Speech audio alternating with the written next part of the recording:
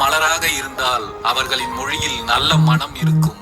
தீய சொற்களை பேசுபவர்களிடமிருந்து சற்று விலகியே இருங்கள். கோபத்தில் இருக்கும்போது நாம் பேசுகின்ற வார்த்தைகளும் எடுக்கின்ற முடிவுகளும் நம் வாழ்க்கையையே புரட்டி போட்டுவிடும் என்பதை தெரிந்து கொள்ளுங்கள். கோபத்தில் நாம் உச்சரிக்கும் ஒவ்வொரு வார்த்தைகளும் விவாதங்களும் மற்றவர்கள் நம் மீது கொண்டிருக்கும் மதிப்பை இழக்கச் செய்துவிடும்.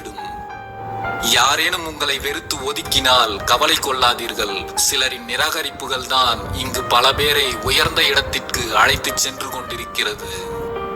சில நேரங்களில் உங்களை தாழ்த்தி பேசுபவர்களை அப்படியே விட்டு விலகி விடுங்கள். ஏனெனில் அவர்களால் சிறப்பாக செய்ய முடிந்த ஒரே விஷயம் அது மட்டும்தான் என்பதை புரிந்து கொள்ளுங்கள்.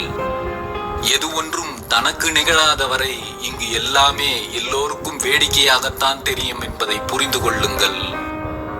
எந்த நேரத்தில் என்னென்ன திருப்பங்கள் நடக்கும் என்று எவராலும் யூகிக்க முடியாத அளவிற்கு உலகின் மிகப்பெரிய மர்ம நாவல் தான் மனிதனின் மனம்.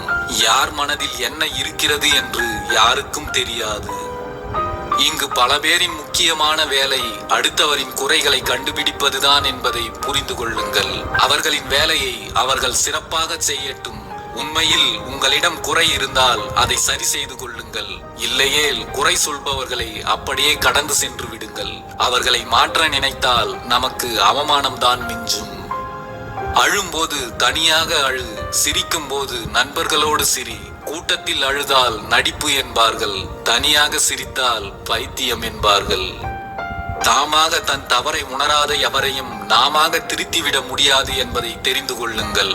அவர்களின் தவறை நீங்கள் திருத்த முயற்சிப்பது என்பது கல்லிடம் கதை சொல்வதற்கு சமம்.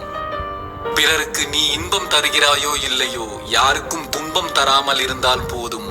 உனக்கு வரும் துன்பங்கள் யாரோ ஒருவரால் எளிதில் தீர்த்து வைக்கப்படும்.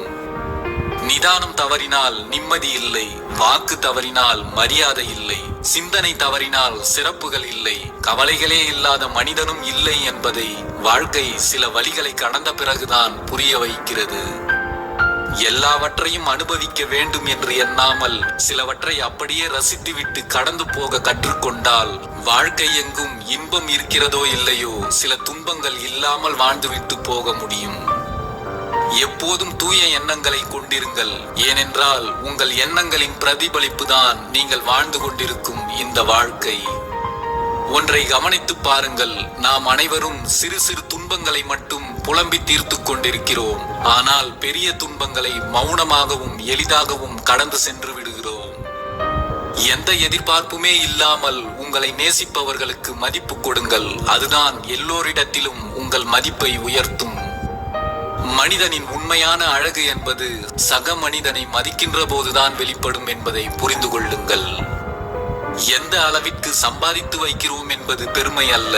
இன்பத்திலும் துன்பத்திலும் நம்மோடு இருக்க எத்தனை பேரை சம்பாதித்து வைத்திருக்கிறோம் என்பதே வாழ்வின் சிறப்பு. எது நம்மை ஈர்க்கிறதோ அது நம்மை அடிமையாக்கும் என்பதை நினைவில் வையுங்கள். வாழ்க்கையில் யாருக்கும் எதற்கும் அடிமையாகி விடாதீர்கள். பிறகு அது தரும் காயங்களின் வலிகள் வாழ்க்கை முழுவதும் தொடர்ந்து கொண்டே இருக்கும். எவ்வளவு ஆழமான அன்பாக இருந்தாலும் நம்மை அடிக்கடி அலட்சியப்படுத்தும் போது ஒரு கட்டத்தில் ஒதுங்கித்தான் போக வேண்டி இருக்கிறது. உங்கள் மனதில் பட்டதையெல்லாம் அப்படியே எல்லா இடங்களிலும் சொல்லிவிடாதீர்கள். மனதில் பட்டதை சொல்லும் போது சில இடங்களில் பிரச்சனைகள் முடிவுக்கு வருகிறது, சில இடங்களில் பிரச்சனைகள் ஆரம்பமாகிறது. எதிர்காலத்திற்கான மறுபெயரே போராட்டம்தான். இன்று மனதில் தோன்றும் ஆசைகள் நிறைவேறவில்லை என்றால் அது எப்போது கிடைக்குமோ என்று போராடுகிறது. கனவுகள் எப்போது நனவாகுமோ என்று மனம் ஏங்கி தவிக்கிறது. ஆனால் உண்மையில் வாழ்க்கை என்பது எதிர்காலத்திற்கும் சொந்தமில்லை, இறந்த காலத்திற்கும் சொந்தமில்லை. வாழ்க்கை என்பது வாழ்கின்ற நிகழ்காலத்திற்கும் மட்டுமே சொந்தம். நிகழ்காலத்தின் அனுபவம் தான் வாழ்வின் அனுபவம். இந்த சத்தியத்தை எல்லோரும் தெரிந்திருந்தாலும் இதை யாரும் ஏற்றுக்கொள்வதில்லை. ஒன்று முடிந்தவற்றை எண்ணி எல்லோரும் மனம் வருந்தி நொந்து வாழ்ந்து கொண்டிருக்கிறார்கள். இல்லையேல் எதிர்காலத்தில் இது நடக்காதா என்று ஏங்கிக் கொண்டே இறுதியில் வாழ்வை தொலைக்கிறார்கள். அடிக்கடி தவறு செய்பவன் அப்பாவி, ஒரே தவறை திரும்ப திரும்ப செய்பவன் மூடன், ஒரு தவறுமே செய்யாமல் இருப்பவன் மரக்கட்டை, தன்னை அறியாமல் தவறு செய்து தன்னை அறிந்து திருத்திக் கொள்பவனே மனிதன்.